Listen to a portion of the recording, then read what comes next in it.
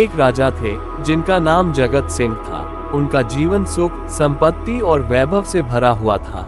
उनके राज्य का कामकाज भी ऐशो आराम से चल रहा था। राजा के अच्छे गुणों और व्यवहार के कारण प्रजा भी बहुत प्रसन्न थी, और जिस राज्य में प्रजा खुश रहती है वहां धन धान्य व संपदा की कोई कमी नहीं होती है।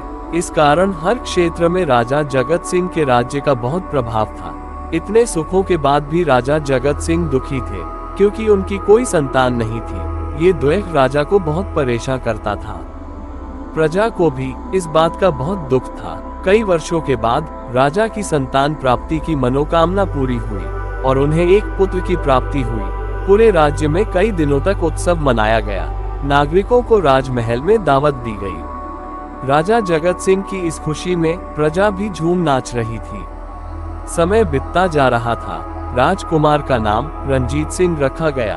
बहुत ही पूजा पाठ, मन्नत एवं इंतजार के बाद राजा को पुत्र रत्न की प्राप्त हुई थी, इसलिए उसे बड़े लाड प्यार से रखा जाता था। लेकिन अति किसी बात की अच्छी नहीं होती। अधिक लाड प्यार ने रंजीत सिंह को बहुत बिगाड़ दिया था।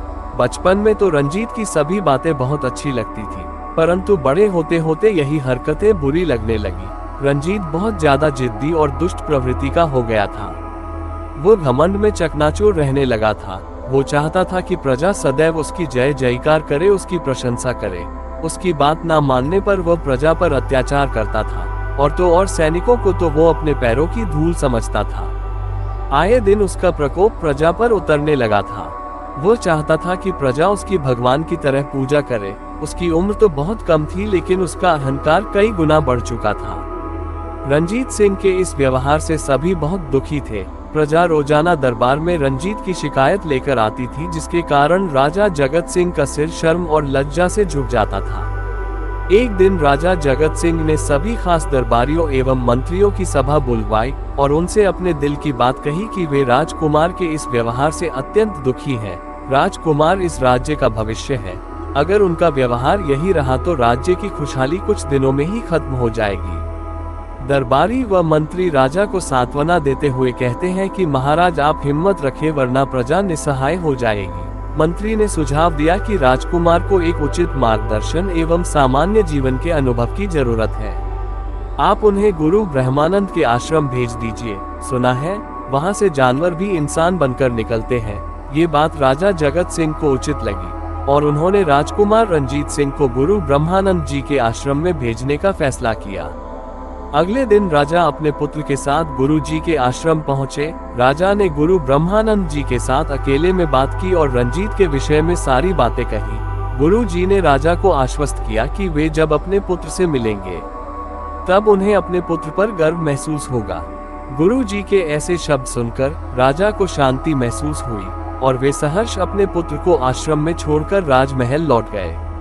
अगले दिन सुबह गुरु के खास शिष्य के द्वारा रंजीत को भिक्षा मांगकर खाने को कहा गया, और जिसे सुनकर रंजीत ने साफ मना कर दिया कि वह भिक्षा मांगने नहीं जाएगा। शिष्य ने रंजीत से बोले कि अगर पेट भरना है तो भिक्षा मांगनी ही पड़ेगी, और भिक्षा का समय शाम तक ही है, नहीं तो तुम्हें भूखा ही रहना पड़ेगा। राजकुमार रंजीत ने अपने अहंकार में शिष्य की बात नहीं मानी, लेकिन जब शाम हुई तो उसे भूख लगने लगी और उसे खाने को कुछ भी नहीं दिया गया। भूख की वजह से दूसरे दिन से ही उसने भिक्षा मांगना शुरू कर दिया।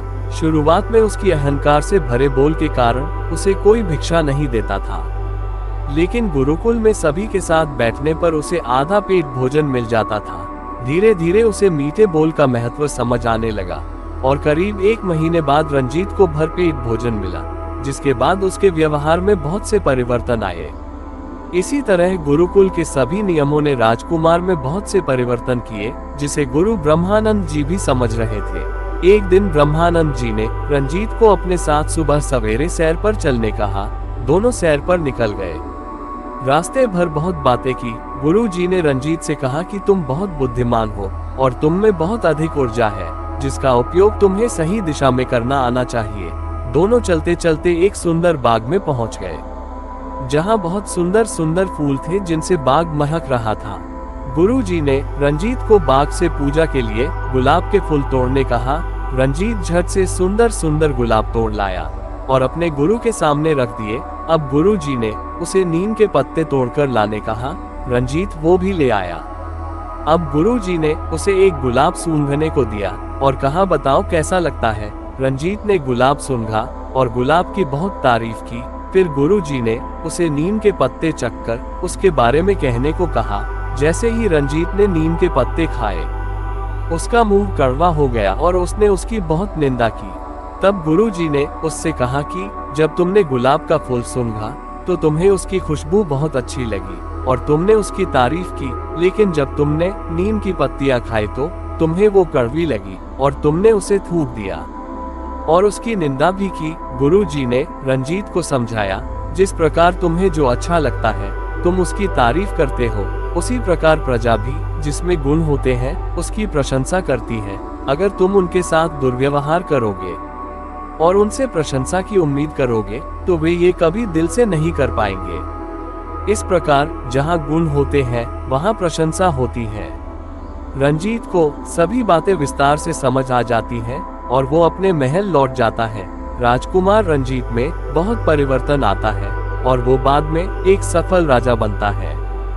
गुरु की सीख ने राजकुमार रंजीत सिंह का जीवन ही बदल दिया।